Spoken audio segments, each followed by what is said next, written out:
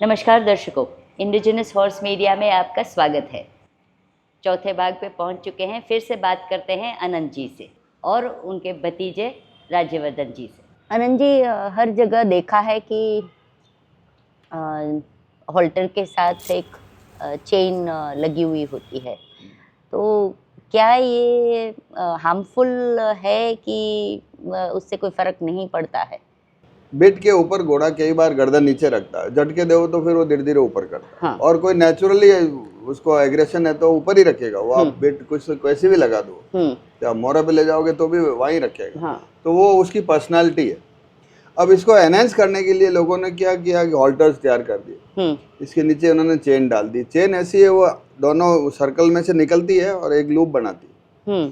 So when you pull the loop it goes and hits your bar. जो jaw के जो बार है वो पूरा बोनी स्ट्रक्चर है। हाँ। और उसके ऊपर वो चेन के लगने की वजह से वो बोन्स परमानेंटली डैमेज हो जाती है। तो हॉल्टर्स जब लगाते हैं तो वहाँ स्कल में आप देखो तो आगे ये एक्सप्लेन्ड है कि जहाँ नीचे जॉ में जो ऊपर वाले जो टीथ जहाँ खत्म होते हैं, फ्रंट वाले नहीं, उसके बाद वाले नेस आएगा, नेस के बाद के जो टीथ खत्म होते हैं, वहां से लेके आपकी आई के पीछे जो बोन आ रही है, इस बीच में ही, या फिर आप बड़ा बड़ा ये मान लें जहाँ आपके पीछे वाले टीथ की रॉ खत्म होती है, उससे आगे बिट को या हॉल्टर को नहीं आने दें, क्योंकि नोज के ऊपर बहुत फाइन बोन है।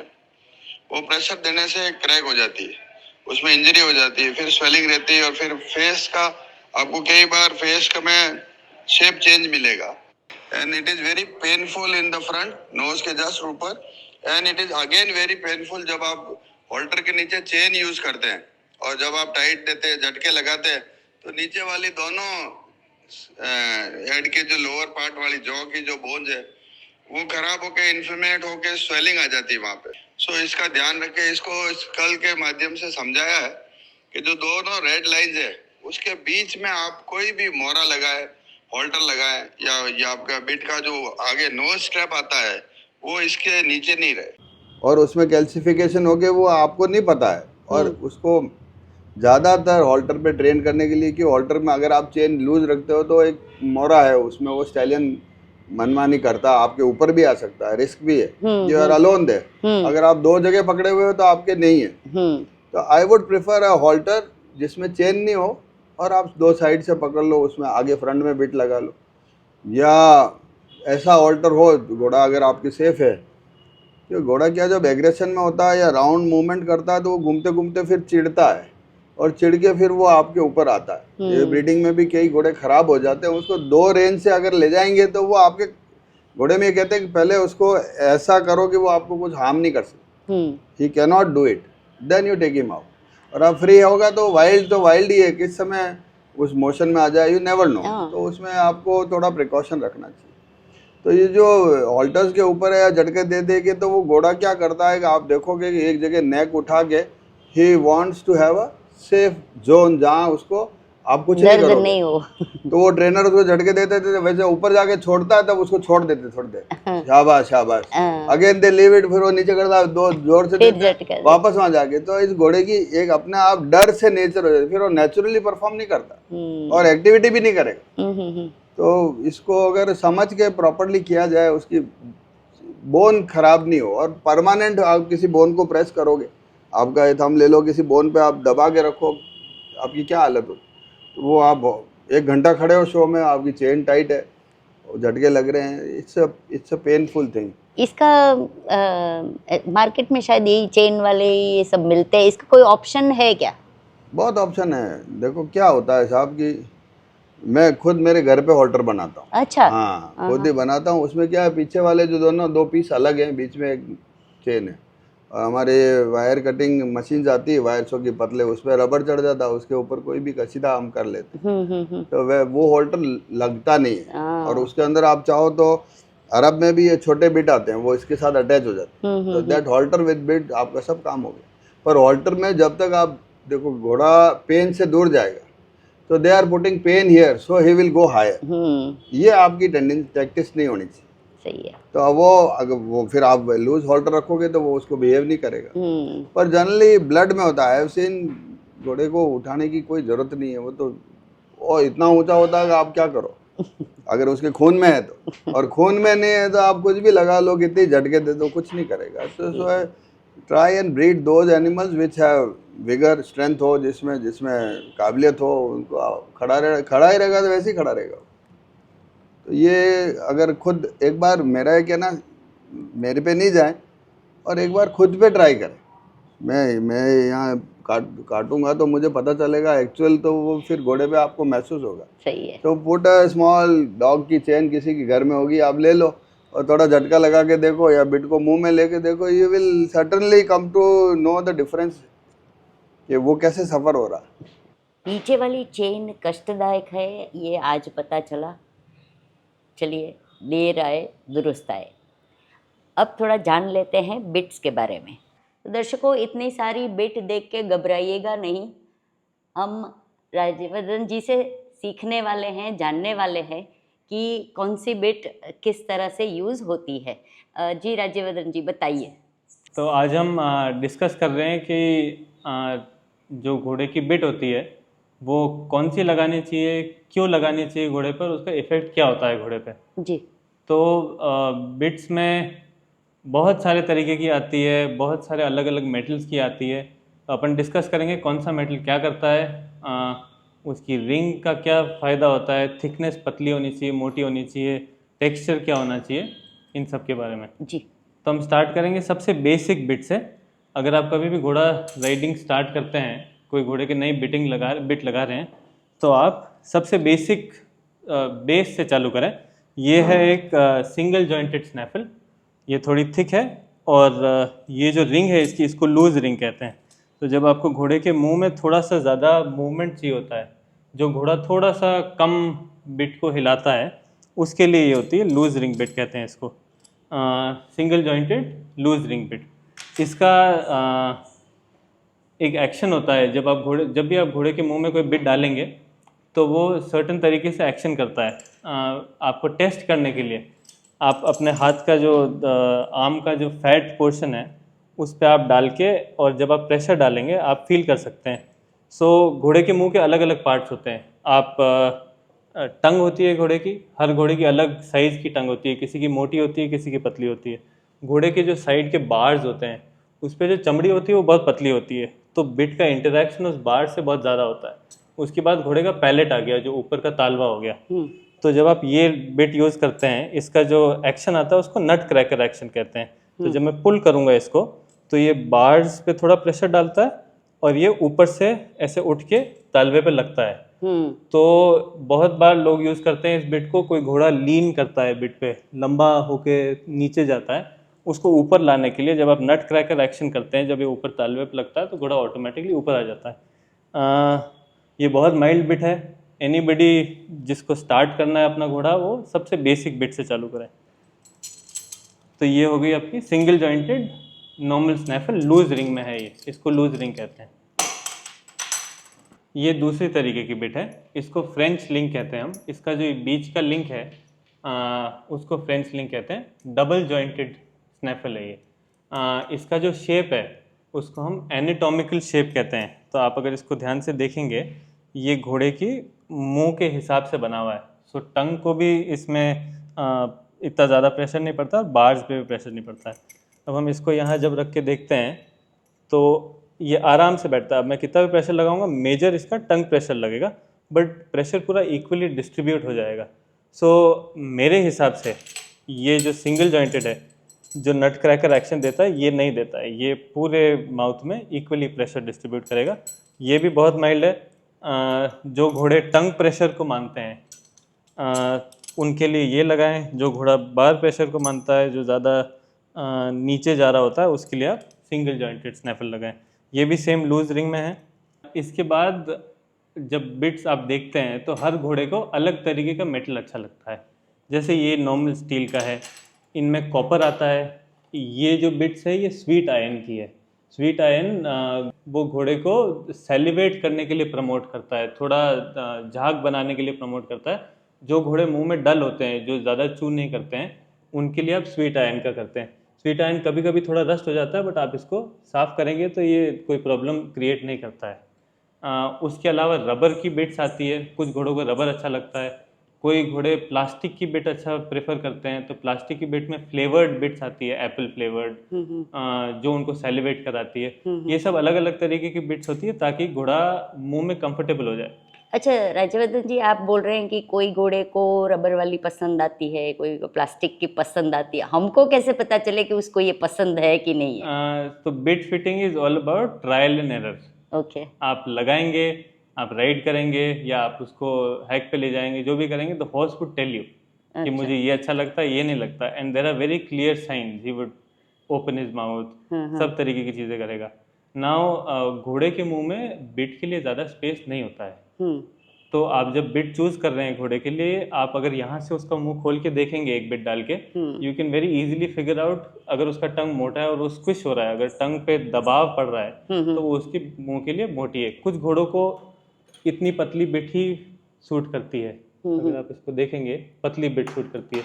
कुछ घोड़ों के जिसके मुंह में ज़्यादा जगह होता है तो आप उसके लिए फैटर बिट यूज़ कर सकते हैं। यूजुअली जो घोड़े लीन करते हैं या जो घोड़ा बिट को खींच के जाता है नीचे, उसके लिए आप पतली बिट करेंगे तो उसका प्रेशर एरिया जो होता है पूरे माउथ में वो कम होता है और उससे घोड़े को ज़्यादा फील होता है, तो वो अपने आप ऊपर आ जाता है। अच्छा। जो थोड़े डल होते हैं, जो थोड़े एक्टिव होते हैं माउथ में, उसके लिए आप थोड़ा सा फैटर बिट यूज़ करेंगे। ये प्रेशर एरिया को ज़्यादा फैला के रखता है, तो इतना ज़्यादा एक स्पेसिफिक स्पॉट पे फील नहीं होता है, तो इसका जो एक्शन है वो थोड़ा स्लोअर है।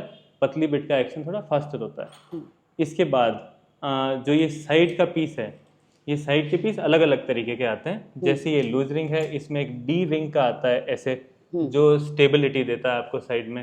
एक फुल चीक आता है जिसमें लंबा डंडा होता है यहाँ पे, तो जब उस लंबे डंडे वाले को आप खींचेंगे इधर से, तो इधर से खींचने पे इधर बाहर की तरफ भी एक्शन पड़ेगा, तो वो पूरा मुंह घूमता है उसका। अच्छा। उसके बाद लेवरेज बिट्स आती है, जैसे ये है वेमत, ये ड्रेसाज में यूज होती है।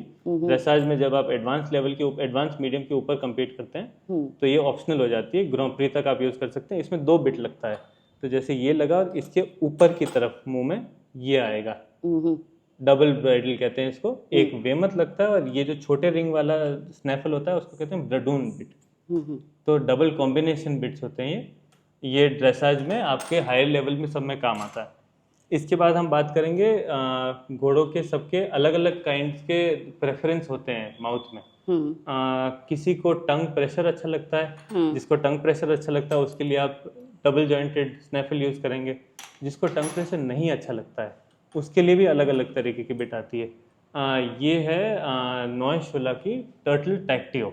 इसमें एक लॉकिंग एक्शन है, तो सपोज मैंने यहाँ रख दिया, अब मैं इसको कितना भी खींचूंगा ना तो ये घोड़े के मुंह में इधर ऊपर नहीं जाता है, अटक जाता है। इसमें ये लॉकिंग सिस्टम है, तो ये टंग पे डायरेक्ट प्रेशर नहीं डालता है कभी भी। ओके। सिमिलरली ये एक और है, इसको पोर्टेड बिट कहते हैं। जब ये टंग की जगह बना लेते हैं हम ऐसे, इसको पोर्टेड बिट कहते हैं। इसके नीचे आराम से टंग बैठ सकता है। अच्छा। बट आपको ये भी रियलाइज करना पड़ेगा कि आप जब बिट लगा रहे हैं घोड़े के मुंह में तो प्रेशर टंग पे नहीं पड़ रहा है तो कहीं ना कहीं तो पड़ेगा, क्योंकि ये पूरा मुंह में ही जा रहा है। जब टंग पे प्रेशर नहीं पड़ता है तो बार्स पे प्रेशर पड़ेगा। अच्छा। तो ये साइड में यहाँ की तरफ, यहाँ की जगह पर प्रेशर पड़ेगा। तो आपको अपने घोड़े के हिसाब से देखना है उसको टंग प्रेशर अच्छा लगता है या उसको बार प्रेशर अच्छा लगता है। थिकनेस भी आपके घोड़े के माउथ के हिसाब से। अब ये सेम एनाटॉमिकली शेप्ड ये डबल जॉइंटेड फ्रेंच लिंक है। इसमें भी सेम ये मुंह का पूरा कर्व है और ये ब्रडून बिट है। जैसे ये वाला लूज रिंग स्नैफल है, ब्रडून में छोटा होता है, बिकॉज ये कॉम्बिनेशन बिट है, ये इसके साथ लगेगा, ये दोनों साथ लगेंगे, इसलिए ब्रडून में कॉम्बिनेशन का बिट आता है। ब्रडून का ये छोटा होता है। Now talking about the size of the bit, घोड़े के मुंह में बिट कितना बाहर रहना चाहिए।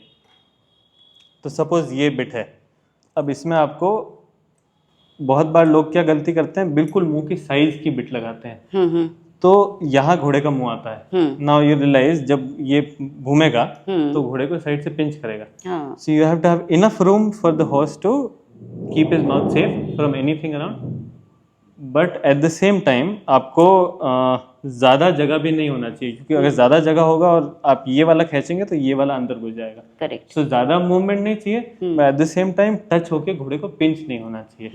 This is about the length. Now when you take a combination of two, तो आपको जो वेमत होता है उसको आपको ऑलमोस्ट एक साइज छोटा चाहिए होता है, बिकॉज वेमत बिल्कुल साइड से ऑलमोस्ट अड़ा हुआ होता है, वाइल इसमें थोड़ा आपको बाहर चाहिए होता है।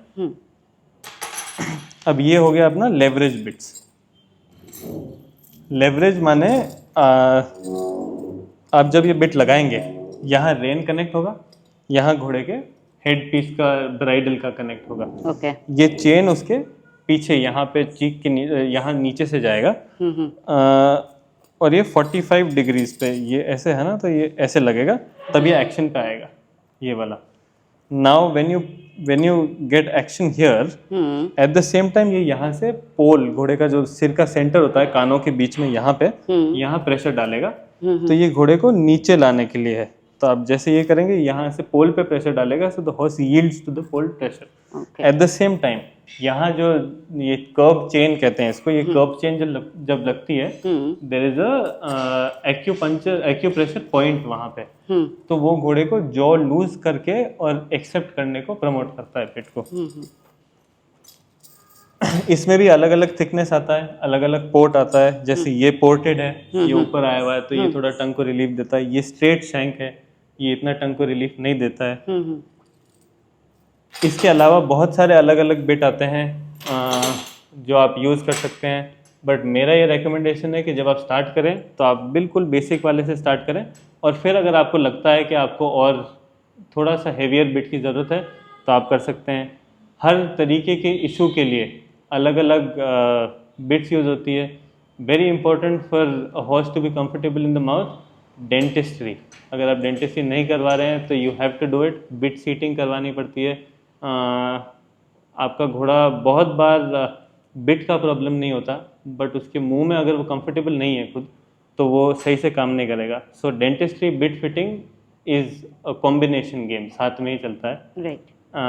इसके अलावा अलग अलग तरीके के पैटर्न्स आते हैं इसमें, अलग अलग रीजंस के लिए। वाटरफोर्ड करके आता है जिसमें बॉल्स टाइप होता है, यहाँ पे सब राउंड राउंड कनेक्शंस होते हैं, वो कोई घोड़ा बहुत ज़्यादा लीन करता है उसके लिए होता है। गैग्स आते हैं जिसमें यहाँ से रस्सियाँ ऊपर जाती है, पोलो में बहुत यूज़ होता है for horses that are falling down, उनको वापस उठाने के लिए आप गैग यूज़ करते हैं।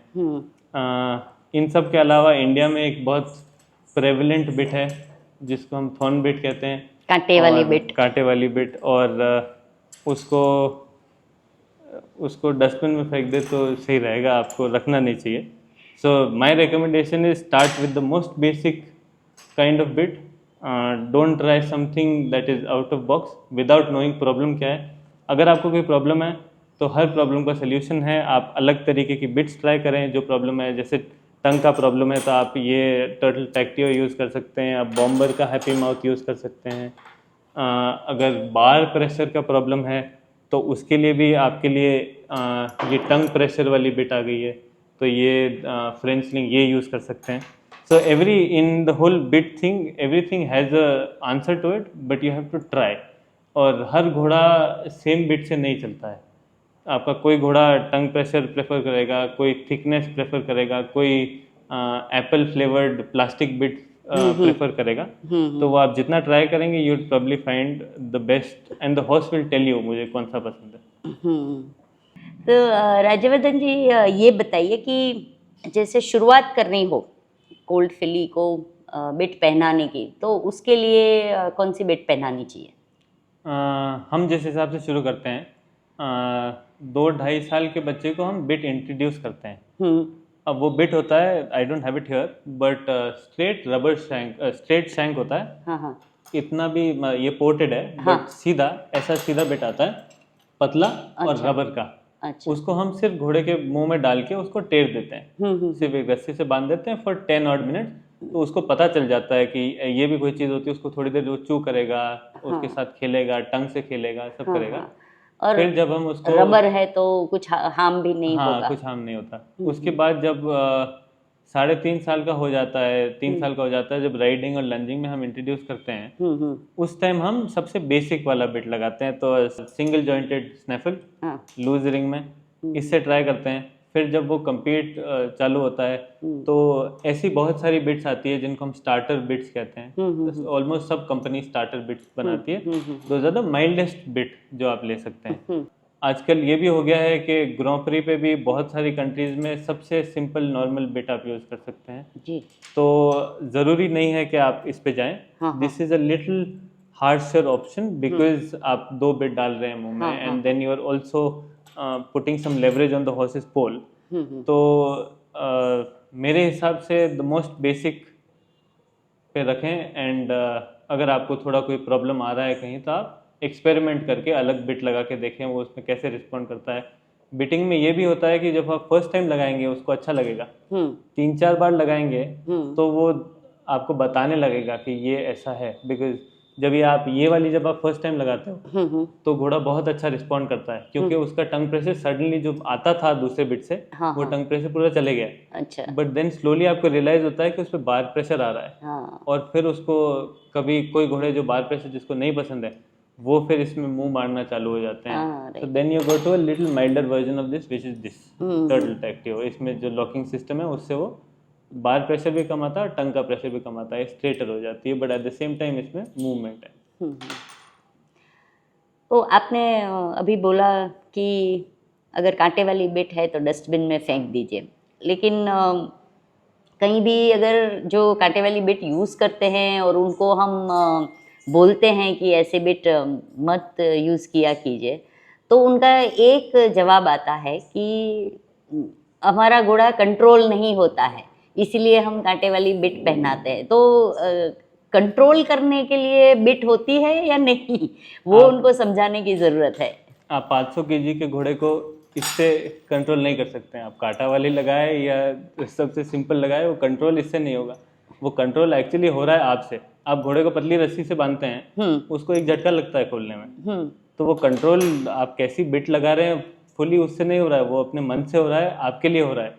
सो इट्स बेटर कि अगर आपका घोड़े से बॉन्डिंग बेटर होगा और आपका हैंडलिंग बेटर होगा तो आपको कॉम्प्लिकेटेड फैंसी बिट्स नहीं लगाना पड़ेगा। सबसे बेसिक लगाएंगे वो आपको रिस्पॉन्ड करेगा। But then there has to be a bonding with the horse. आपको अंडरस्टैंड करना चाहिए, there has to be enough give. घोड़ा हमेशा प्रेशर से it's a fight and flight animal, right?